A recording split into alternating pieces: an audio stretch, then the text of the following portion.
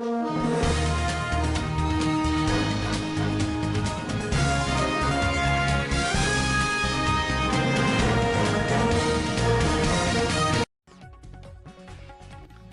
आंब्याच्या सीझनमध्ये रोज आंबा खातो, पण आंबा खाल्ल्यानंतर उरलेली कोय आपण काय करतो? सरळ कचऱ्यात टाकतो. मात्र रत्नागिरी जिल्ह्यातील एका तरुण संशोधकानं या कोयीमधून थेट तेल आणि मँगो बटर तयार करून नवा इतिहास घडवला आहे. हापूसच्या कोयींपासून तेल आणि मँगो बटर.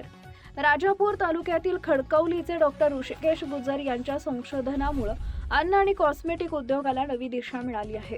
आंब्याच्या कोयींचा वापर आतापर्यंत फक्त नवीन रोपे तयार करण्यापुरताच मर्यादित होता. मात्र या कोयीपासून तेल काढून त्याचे गुणधर्म तपासण्याचं संशोधन डॉक्टर गुजर यांनी केलंय.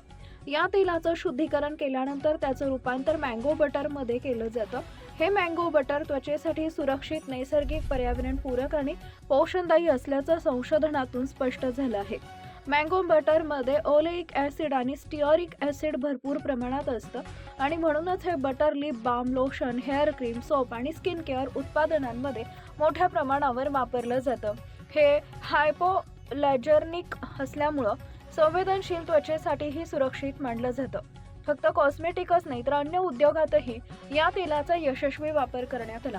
डॉक्टर गुजर यांनी नानकटाई कुकीज तयार करताना वनस्पती तुपाऐवजी आंबा कोयींचं तेल वापरले. 25%, 50% आणि 75% अशा 3 प्रमाणात कुकीज तयार करण्यात आल्या.